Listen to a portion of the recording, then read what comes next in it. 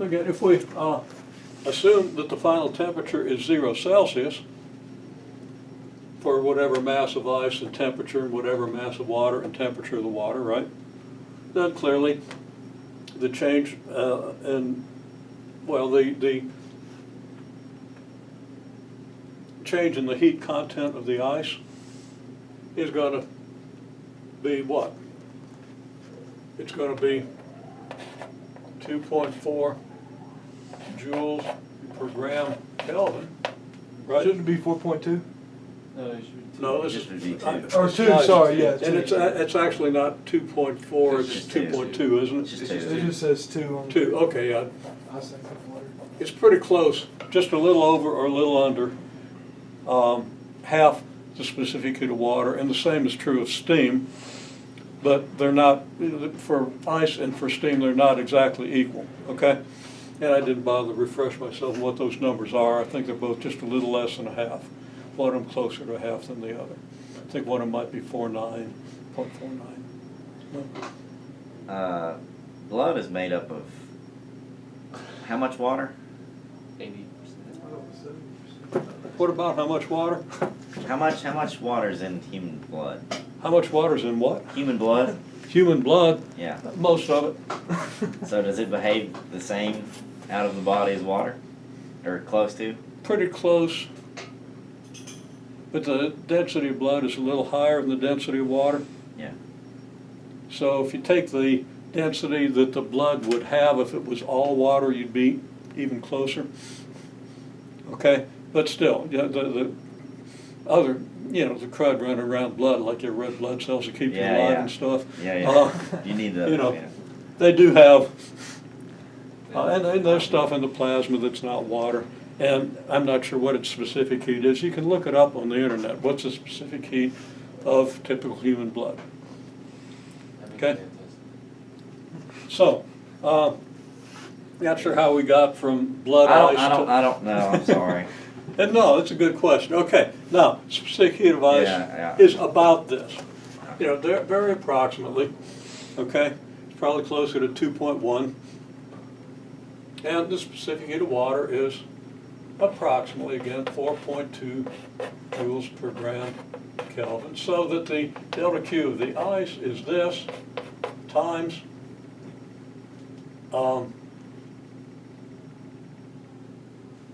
and I'm leaving something out, but we'll get back to that. This times 0 Celsius minus T ice, right? Okay? Now I'm leaving something out, but we'll see how that works. What about times mass of ice? Yeah, times mass of the ice.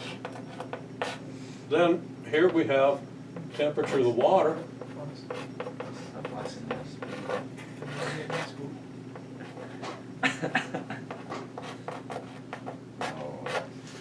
Okay?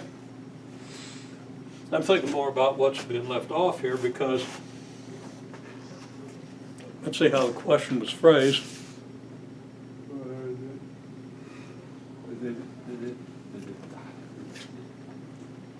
Okay, it says under what conditions will the temperature of the ice reach 0 Celsius, right?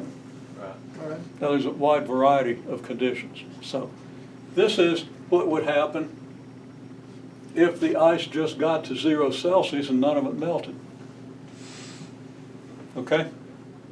Because all the delta Q of the ice is due to the temperature change of the ice from whatever it is to 0 Celsius, right? Okay?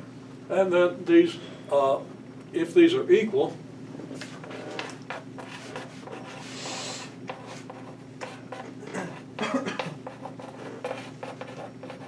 solve for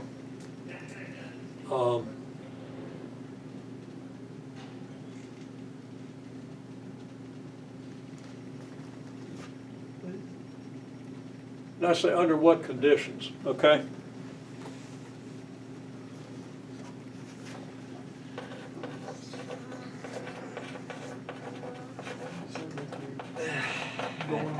Got that more And I'll say solve for some combinations of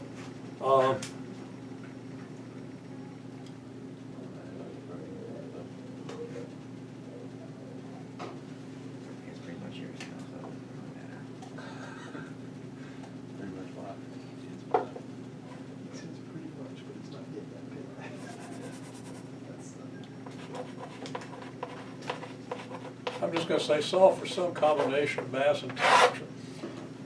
Okay, because there are various combinations. I don't say what quantities we're gonna consider to have been specified, right? If you consider any three of these quantities specified, you could solve for the fourth. Okay? In terms of the other three. Okay? And really, I should probably say solve for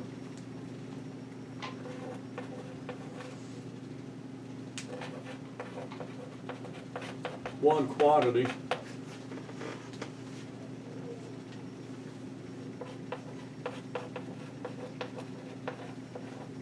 in terms of the others. Okay, so I'm going to say, cross out some combination of mass and temperature. One quantity in terms of the others, e.g.,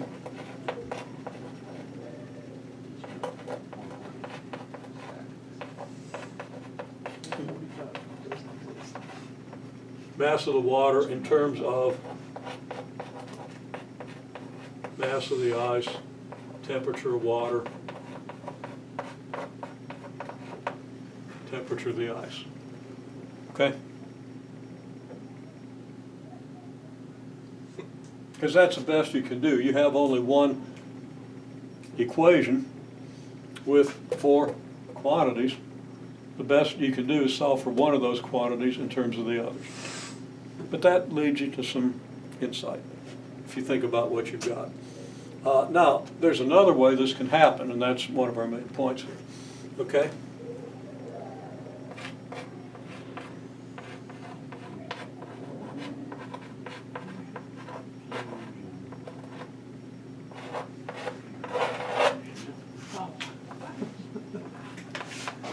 You guys will be with that. What?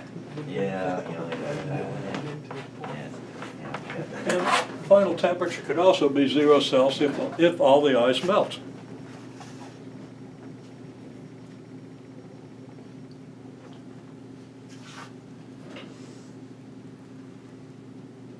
And in that case,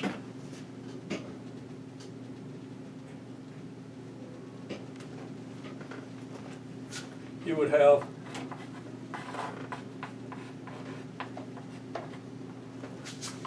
approximately the same expression you have here, 2 joules per gram Kelvin times 0 Celsius minus T ice times the mass of the ice, but I'm going to kind of factor that out.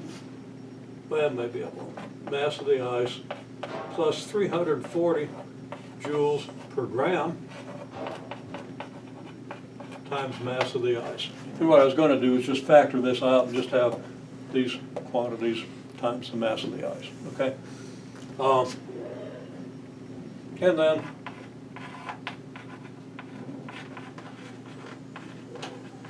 delta Q of the water be the same expression as before, and again, you set these equal. You know, you set these quantities equal, and you could again solve for, say, the temperature of the water, and you see that the water would have to be somewhat warmer in order to melt all the ice. As a matter of fact, probably a whole lot warmer, okay? Depending on what these temperatures are. And the point is, just to understand that there are many ways to get to 0 Celsius, okay? So if you wanted to say, might be more appropriate to solve for the temperature of the water, but the problem with that is you might end up with a temperature of water over 100 Celsius, which would be steam, and you'd have to go to that. So probably better to maybe solve for mass of the water, okay? Yeah. In order for the ice to stop melting, the water would have to be 0 degrees Celsius, right? Yeah, if the water goes to 0 Celsius, then if no energy enters or leaves, there's no energy left to melt any of the ice. So are you going to have both ice and water at 0 Yeah. degrees Celsius? Yeah, and anything between the temperature you get here and the temperature you get here will leave you some ice. So they're keeping each other from freezing and they're keeping each other from melting. Yeah, they're not exchanging any energy. The ice has a crystalline structure that develops when That's cool. temperature goes below zero, So or when because the there's no temperature heat reaches exchange- zero and you continue to take energy away, the, roughly speaking, water molecules don't have the energy to keep moving freely, so they start locking into each other. And they form a crystalline structure. You So gotta because take a there's lot no of energy exchange- away in order for that to happen. First, you gotta get to zero, and then you gotta take energy away to allow the crystalline structure to develop. Otherwise, the water molecules are vibrating too fast to lock together. So, I don't want to get into a detailed explanation of that, but that's kind of a rough idea of why it takes a lot of energy to melt the ice. And it turns out it takes as much energy almost as much energy to form ice as it does to cool the water from boiling to freezing point. So, because there's no more energy in the system, you will have both water and ice at 0 degrees Celsius. That's cool. That's what I was wondering. Like, so even at the freezing point, it's still It's still water. it's still water. Take your drink Yeah. outside on a day when the temperature is 0 Celsius. You're not going to form any more ice. You're not going to get any more, and none of the ice is going to melt. That's cool. That's pretty cool. Yeah, yeah, and it's kind of important. You know, think about it.